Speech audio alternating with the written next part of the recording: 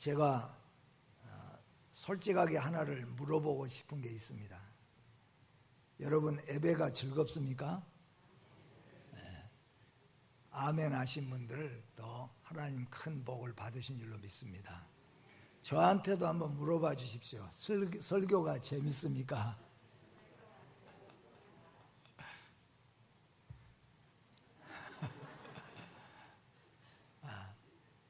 옛날에는 설교가 쉽고 참 재밌었는데, 솔직하게 말씀드리면은 갈수록 어렵고 힘들고, 그래서 제일 피곤할 때가, 목사가 무슨 일도 안 하는데 무슨 피곤하겠습니까? 그러나 제일 피곤할 때는 월요일 새벽이고 월요일 아침입니다. 왜 이렇게 오늘 피곤하고 힘들까? 그렇게 생각하고 보니까 주일이 되면은 이제 긴장이 되잖아요. 그래서 주일 설교 마치고 나면은 긴장이 좀 풀어지면서 마음이 좀 풀어져요. 그래서 아마 월요일 날은 조금 더 피곤한 것 같아요. 그러니까 한 오랫동안 설교를 하면은 갈수록 쉬워져야 되는데 갈수록 어렵고 힘든 것 같습니다. 그런데 우리가 하는 것은 뭐냐 하면은 은혜 때문에 하는 것이죠. 그래서 은혜 받으면은 우리가 즐겁고 기쁘게 예배 생활 할 수 있는 줄로 믿습니다. 오늘 또 이 예배를 통하여서 예배가 즐겁고 복된다. 왜냐하면은 하나님을 만나는 시간이고 하나님의 음성을 듣는 시간이고 우리의 문제를 해결받는 시간이기 때문이다. 또 이렇게 생각을 해도 우리가 재미있고 즐거운 예배, 축제 예배가 되어질 줄로 믿습니다. 오늘 본문 말씀 시편 150편을 다시 한번 여러분들이 이제 보시면서 이 말씀들을 잘 이해하고 여러분들이 깨달으면은 우리의 예배가 지난날 예배하고 많이 달라질 수 있고 성숙된 예배로 나아갈 수 있는 것이 바로 시편 150편입니다. 그래서 시편 150편은 시편의 맺은 말입니다.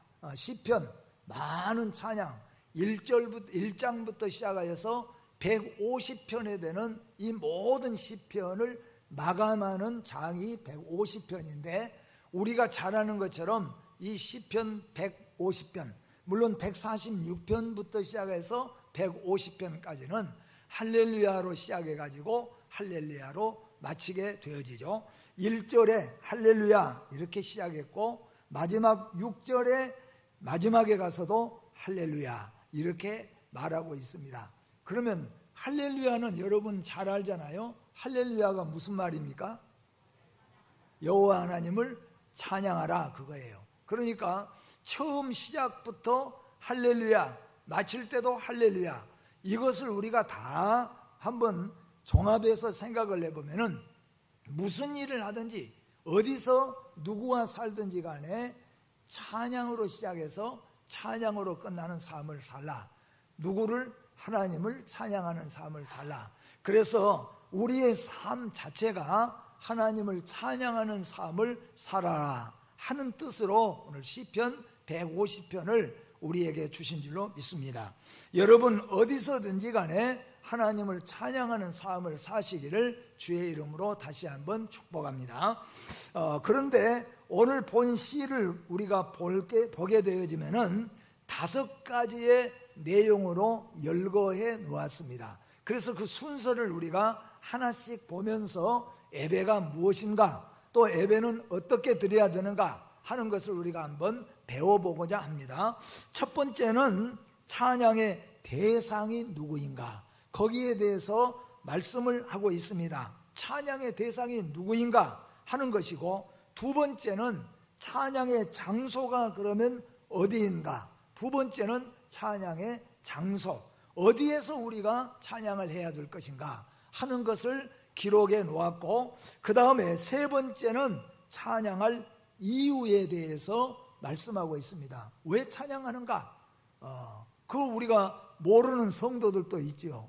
우리가 왜 도대체 찬양하고 왜 감사해야 되는가? 근데 참 웃기는 것은 뭐냐 하면은 조그마한 꼬마들 있잖아요. 조그마한 꼬마 애기들, 그래 아빠나 엄마나 할아버지 할머니가 무슨 재밌는 이야기 하다가 막 웃잖아요. 그러면 얘들은 이렇게 엄마 아빠 보다가 자기들도 막 웃어요. 왜 웃느냐 하면 왜 웃는지를 몰라요. 엄마가 웃으니까, 아빠가 웃으니까 그러죠. 그런데 성도들 가운데서도 노래는 부르면서 예배는 드리러 나오면서 왜 드리냐 물어보면 잘 몰라요. 장로님들이 드리고 성도들이 드리니까 예배를 모른다는 거예요. 그 마치 조그만 꼬마 애들이 아빠 엄마가 그렇게 재밌고 웃겨서 웃는데 자기들은 왜 웃는지를 모르는 것과 마찬가지라는 거예요. 여러분, 찬양할 이유를 알아야 되잖아요. 그래서 세 번째는 찬양할 이유에 대해서 말씀하고 있고, 그 다음에 네 번째는 찬양을 어떻게 해야 되는가, 찬양의 방법에 대해서 잘 기록하고 있습니다. 그래서 우리가 오늘 이 찬양의 방법을 보고는 그 다음부터는 우리는 이렇게 이제 하나님 앞에 찬양을 하면은 하나님께서도 영광을 받으시고, 우리는 꼭 기억해야 될 것은 하나님께서 영광을 받으시면은 하나님은 우리에게 보상을 해 주십니다. 어떤 보상을 했냐면은 우리 마음에 기쁘고 즐겁고 평안함을 주시는 거죠. 그래서 여러분이 예배를 합당하게 예배를 잘 드린 다음에는 여러분이 밖으로 나아가실 때는 하나님이 여러분에게 다 선물을 주시는데 어떤 선물을 주냐면은 평안과 기쁨과 즐거움을 주는 거예요. 그래서 교회에 나올 때는 우리가 참 무거운 짐 들고 참 힘들고 어렵고 인생도 고달프고 또 자녀도 걱정되고 여러 가지 걱정될 일이 많이 있어서 남았지만은 오늘 여기에 있는 이 말씀 시편 150편대로 우리가 예배를 딱 드리고 나면은 그 다음에 하나님은 우리가 이 예배당으로 나아갈 때 하나님은 우리에게 기쁨과 즐거움과 평안을 반드시 주신다는 것을 기억하시고, 오늘 나가실 때는 여러분 마음에 평안이 넘치시고 기쁨이 넘치시고 즐거움이 넘친 가운데 나아가시는 여러분 되시기를 다시 한번 축복합니다. 그리고 마지막으로는 찬양의 주체입니다. 찬양의 주체, 누가 찬양을 해야 될 것인가? 아무나 노래한다고 해서 하나님이 기뻐 받으십니까? 그렇지 않습니다. 하나님은 노래할 자가 노래해야 기뻐하고 하나님이 기쁘게 받으신다는 거예요. 그래서 오늘 시편 이 150편에는 첫 번째는 찬양의 대상이 누구인가? 앞으로 우리는 그 대상자에게만 찬양하고 예배드려야 되죠. 두 번째는 찬양의 장소가 어디인가? 그리고 세 번째는 찬양할 이유가 무엇인가? 네 번째는 찬양의 방법은 어떤 것인가? 그리고 마지막에는 찬양의 주체가 누구인가? 이것을 머릿속에 여러분 아주 간단한 것이니까 다 기억하시고 이렇게 예배자가 되어져서 하나님으로부터 복된 인생이 되시기를 바랍니다. 먼저는 찬양의 대상입니다. 1절과 6절 말씀을 보면은 찬양의 대상을 하나님이 분명히 적어놓고 계십니다. 1절에 할렐루야 그의 성소에서 누구를 찬양해야 됩니까? 하나님을 찬양하라. 하나님을 찬양하라. 찬양의 대상이 하나님이심을 밝히고 있습니다. 그리고 6절에 가서 호흡이 있는 자마다 누구를 찬양하라고 합니까? 여호와를 찬양하라. 그래서 하나님 여호와가 모든 우리 인생들의 찬양의 대상인 것을 기억하시길 바랍니다. 거기에 보면은 여호와 하나님도 또 하나님 외에 무언가 또 있으면은 그도 우리가 찬양하고 경배하고 예배해야 되겠죠. 그러나 성경은 모든 성경 66권에 보면은 우리의 경배의 대상, 우리의 찬양의 대상은 오직 하나님 여호와 한 분뿐이라는 것을 기억하고 우리에게 기록하고 있는 것입니다. 그래서 찬양의 대상은 하나님이시며 이 하나님은 성부와 성자와 성령 하나님이십니다. 하나님만이 영광과 찬양과 경배를 받으시기에 합당하신 분이라는 겁니다. 왜냐하면 이 성부, 성자, 성령 하나님께서 창조자이시고 성부, 성자, 성령 하나님께서 구속자이시고 성부, 성자, 성령 하나님께서 영원한 심판자이시기 때문에 우리 모든 모든 인간의 찬양의 대상은 하나님이십니다. 그런데 우리가 예수 믿기 전에는 어떻게 했습니까? 옛날에 우리나라는 누구를 찬양했습니까? 마귀와 사탄을 노래했지 않습니까? 또 아니면 여러분 가운데서는 옛날에 무엇을 섬겼습니까? 섬기지 말아야 될 것을 섬기고 그 앞에 엎드리고 얼마나 했습니까? 그건 뭐예요? 알지 못해서 찬양의 대상이 누구인지를 몰랐기 때문이라는 거예요. 근데 이제는 여러분과 저는 찬양의 대상을 분명히 알았습니다. 그 유명한 영웅호골도 아니에요. 이 세상의 신이라 불리운 자들도 아닙니다. 창조자고 구속자고 그리고 우리의 심판자가 되시는 성부, 성자, 성령 하나님 한 분만이 우리의 영원한 찬양의 대상자라는 것을 기억하시고 하나님만 영원히 찬양하시는 여러분들이 되시기를 주의 이름으로 축복합니다.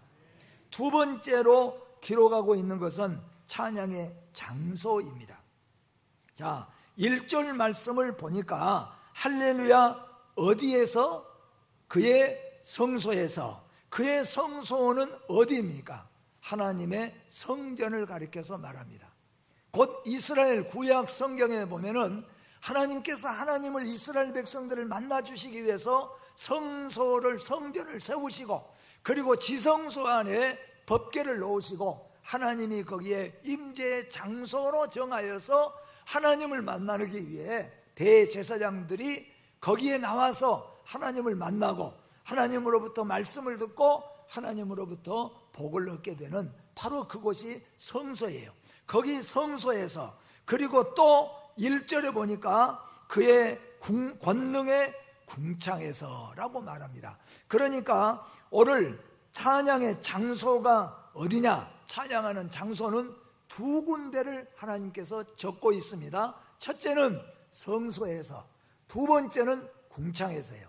이 말씀은 정확하게 우리가 표기를 한다면 성소는 하나님의 성전, 구약시대 때 하나님이 이스라엘을 대표하는 대제사장과 함께 직접적으로 만났던 지성소를 가리키는 것이죠. 그래서 이스라엘 구약의 이스라엘 모든 백성들은 다 하나님의 성전에 다 안식일이면은 그리고 절기 때는 나갔습니다. 만약에 이스라엘의 남자들 가운데서 안식일에 그리고 절기에 이 성소에 나오지 않는 자가 있으면은 돌로 쳐서 죽이라 할 만큼 이스라엘 모든 백성들은 다 성소에 나가서 하나님을 찬양했어요. 그 성소입니다.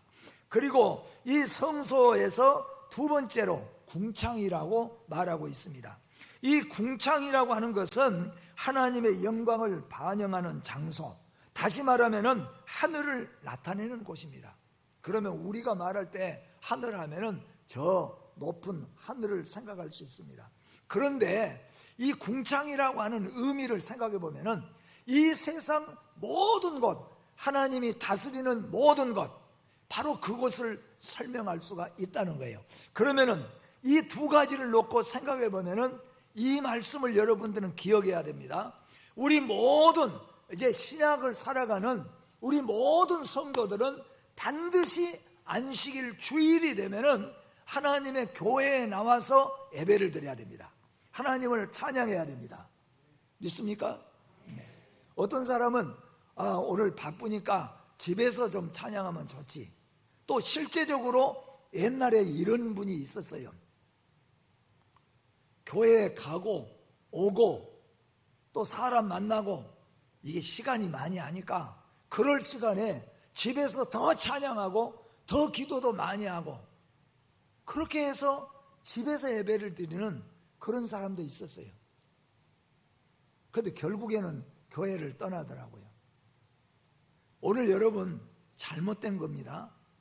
반드시 찬양의 장소를 두 군데를 적고 있는 것은 첫 번째는 장소적으로 성소라고 딱 짚었습니다.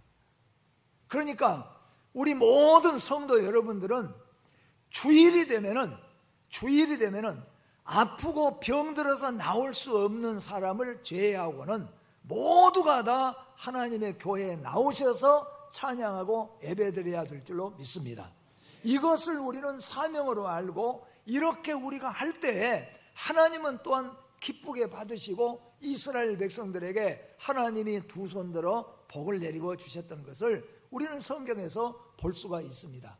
그래서 성소를 적었고, 궁창이라는 것은 우리가 하늘에 어디 가서 우리가 찬양을 합니까? 그래서 이 말씀은 우리가 처해 있는 곳, 우리가 집에서든지 일터에서든지 어디서든지 가요. 우리가 바다에 가서도 들에 가서도 산에 가서도 어디에서든지 우리는 찬양할 수가 있습니다. 그래서 찬양하는 삶이에요.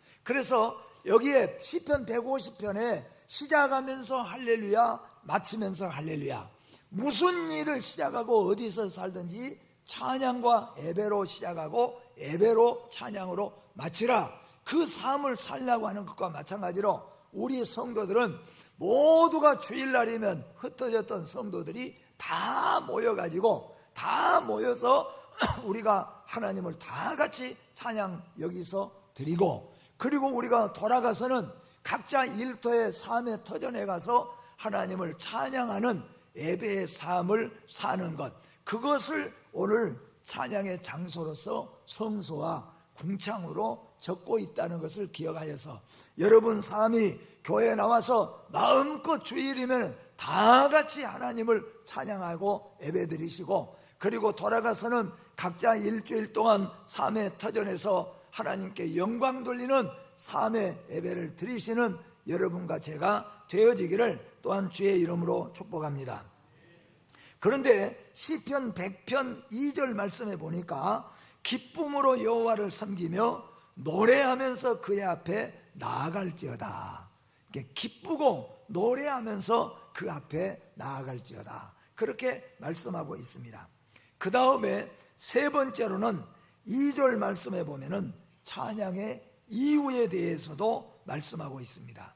찬양의 이유는 오늘 본문에 보니까 여기도 두 가지로 말씀하고 있습니다. 첫째는 그의 능하신 행동을 찬양하라, 그의 능하신 행동을 찬양하라.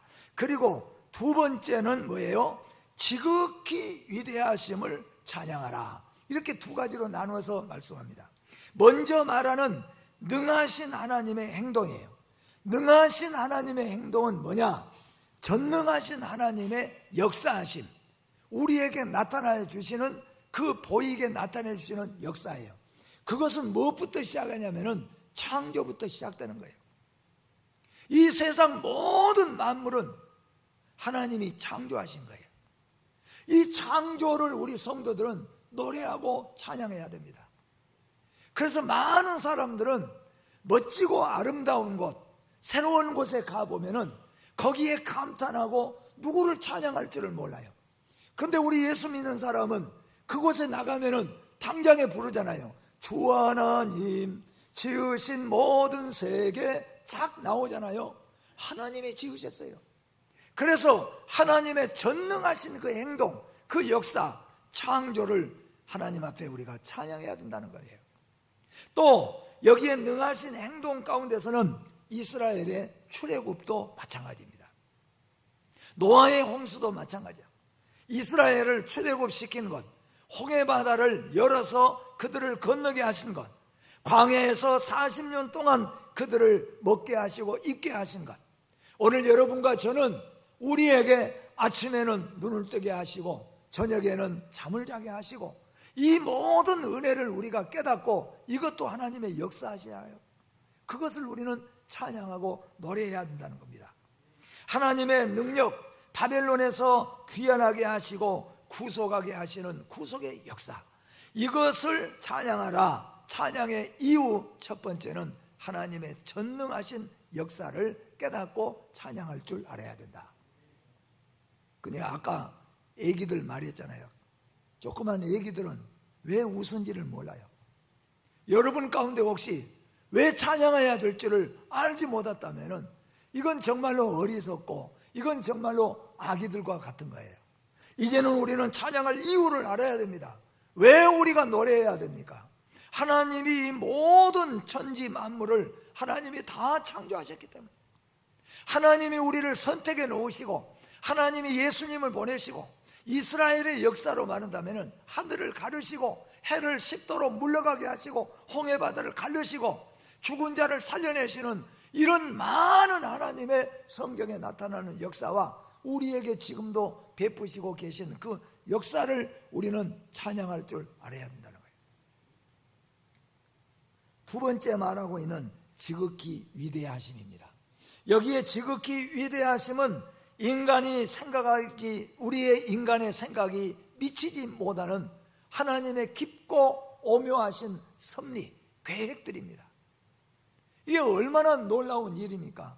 이 세상에 이 돌아가는 역사가 얼마나 놀랍고 신비한 일입니까? 이것을 누가 할 수 있겠습니까? 또 이 이스라엘의 구원의 역사, 이것을 계획하시고 그 일을 이루시는 하나님, 하나님의 계획, 하나님의 작정, 이 하나님의 이루심, 성취하심, 이런 것들을 우리가 깨닫고 하나님을 찬양할 줄 알아야 된다 하는 거예요. 그래서 우리 모든 믿음의 성도 여러분과 저는 하나님을 찬양해야 될 이유는 그의 전능하신 역사와 그의 깊고 오묘하고 사람이 깨달을 수 없는 하나님의 하시는 위대한 일에 우리가 찬양할 이유를 가져야 된다 하는 말씀입니다. 그리고 네 번째는 찬양의 방법입니다. 3절과 5절 말씀에 보면은 찬양의 방법이 나와 있습니다. 나팔 소리로 찬양하고 비파와 수금으로 찬양하고 소고를 치고 찬양하고 춤을 추고 찬양하고 현악과 퉁소로 찬양하고 5절에는 큰 소리 나는 제금으로 찬양하고 높은 소리 나는 제금으로 찬양하라. 이 말씀을 여러분 가만히 보세요. 여기에 모든 악기들이, 그 당시에 우리가 알고 있는 모든 거의 악기들이 다 동원됐어요. 만약에 오늘날 같으면은 피아노도 들어갈 것이고 색소폰도 들어갈 것이고 아마 다 들어갈 거예요. 여기에 나팔 소리로 찬양하라. 그리고 비파 수금으로, 그리고 또 우리가 5절에 보니까 여러분들이 눈여겨보셔야 될 것은 큰 소리 나는 제금으로 찬양하고, 조그맣게 들릴까 말까 그렇게 하지 말라는 거예요.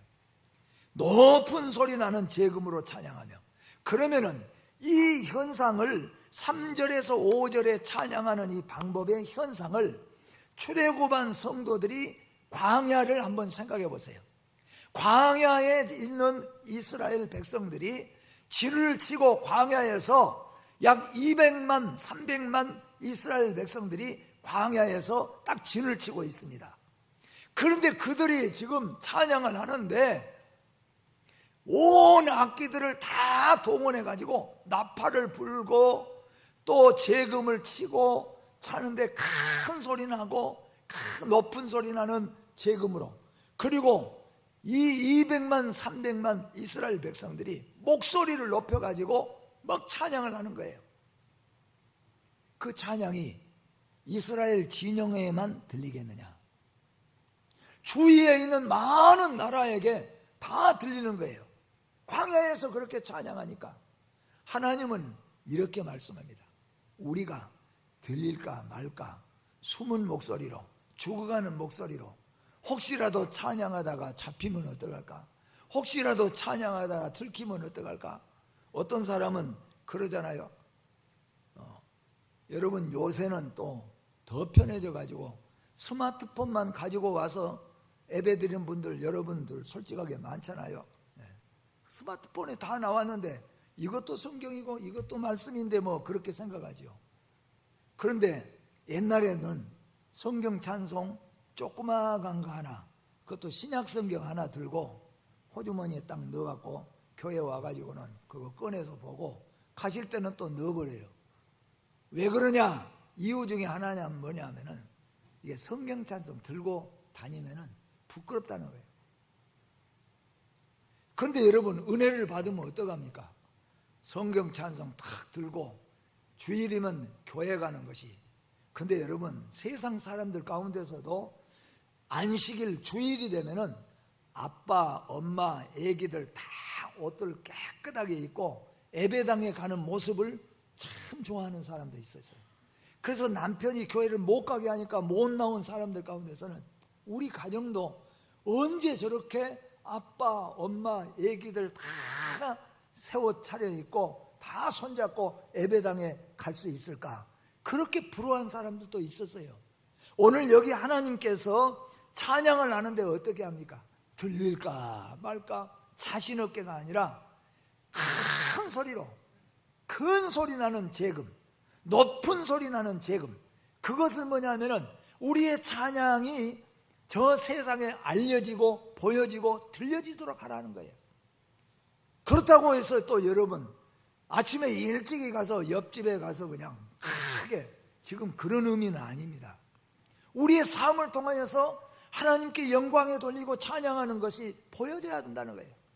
우리의 예배드리는 삶, 우리 가정의 예배의 삶, 우리 모든 성도들이 기뻐 뛰며 찬양하는 이 모습을 세상 사람들도 보고 하나님을 알도록 해야 된다는 거죠.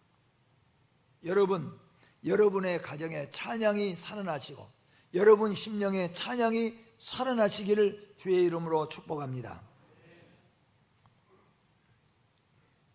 하나님을 몰래 숨어서 쉬쉬 찬양하는 것이 아니라 온 세상에 그 구원의 역사를 알려야 한다는 것입니다. 특히 춤을 추며 노래하는 것은 주체할 수 없는 감격의 행동입니다. 뜨거운 열정과 환희의 찬양을 하나님께 드리라는 것입니다.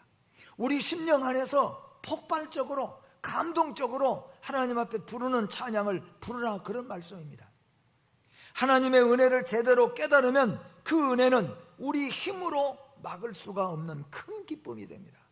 아마 여러분 은혜를 충만하게 받으시고 체험하신 분들은 아마 생각나고 기억나실 거예요. 공감이 될 겁니다. 우리가 하나님의 은혜를 충만하게 받게 되어지면은 우리 힘으로 억제를 할 수가 없어요. 눈물도 우리 힘으로 억제할 수 없어요.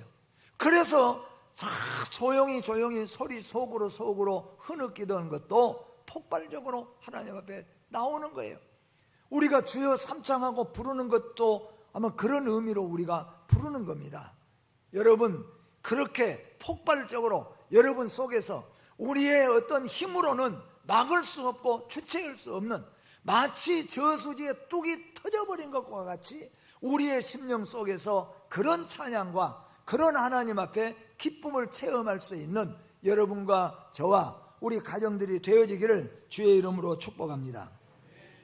마지막으로는 찬양의 주체가 누구이냐, 6절에 말씀합니다. 찬양의 주체는 누구입니까? 호흡이 있는 자마다, 호흡이 있는 자마다 찬양하라고 말씀합니다. 호흡이 있는 자마다.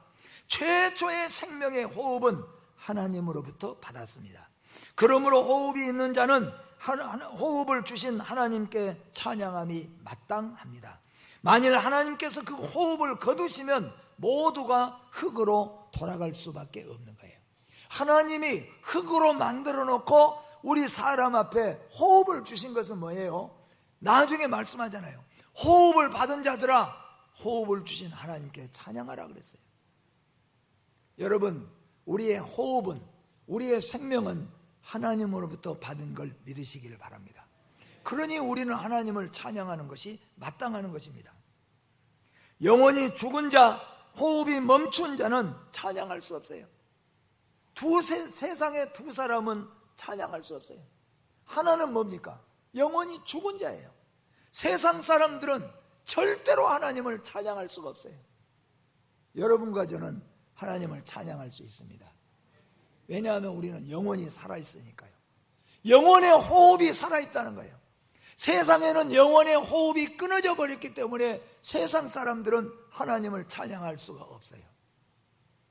두 번째 호흡은 실제적으로 우리의 생명의 호흡입니다. 사람이 죽으면 찬양 끝나는 거예요. 물론 우리의 영혼은 천국에 가서 영원토록 찬양하지만 육신으로는 찬양 멈추는 거예요. 여러분, 죽으면 찬양 멈춰요. 살아계실 때 찬양 많이 하시기를 바랍니다.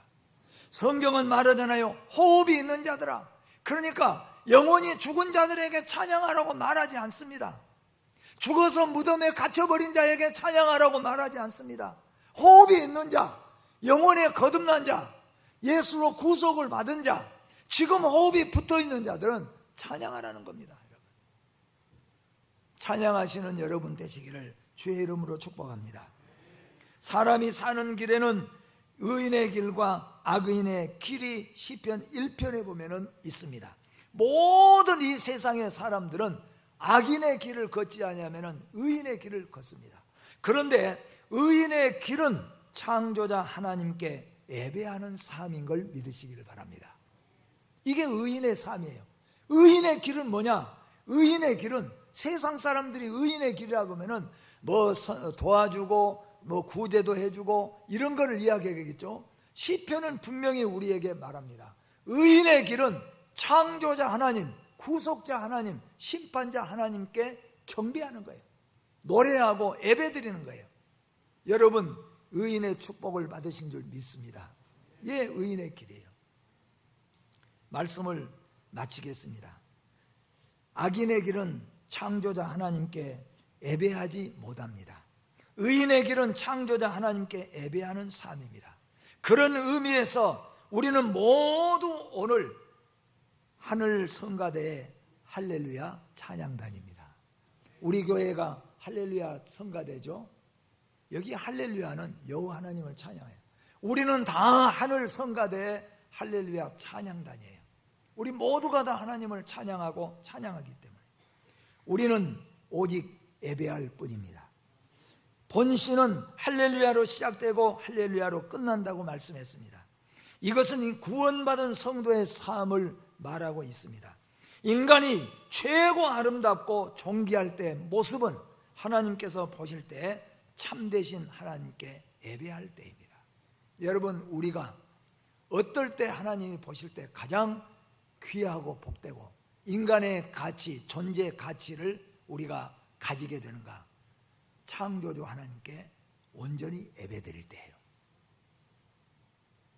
구약시대 때 은혜가 넘치는 때에는 이스라엘 백성들이 밤중에도 성전에 모여서 두 손을 높이 들고 노래하며 춤추며 하나님을 찬양했습니다. 은혜가 넘칠 때 이스라엘 백성들이 구원의 은혜가 넘칠 때에는 캄캄한 밤중에도 성소에 찾아가서 두 손을 높이 들고 하나님을 춤추면서 노래했다는 거예요. 그 구원의 기쁨에 감격해서. 이게 시편 134편 1절에서 3절 말씀인데 1절만 한번 우리가 읽어보도록 하겠습니다. 다 같이 1절만 읽어봅니다. 보라, 밤에 여호와의 성전에 서 있는 여호와의 모든 종들아, 여호와를 송축하라. 아멘. 밤에도 성소에 나아가서 찬양했다고 합니다. 시편 47편 1절에는 너희 만민들아 손바닥을 치고 즐거운 소리로 하나님께 외칠지어다.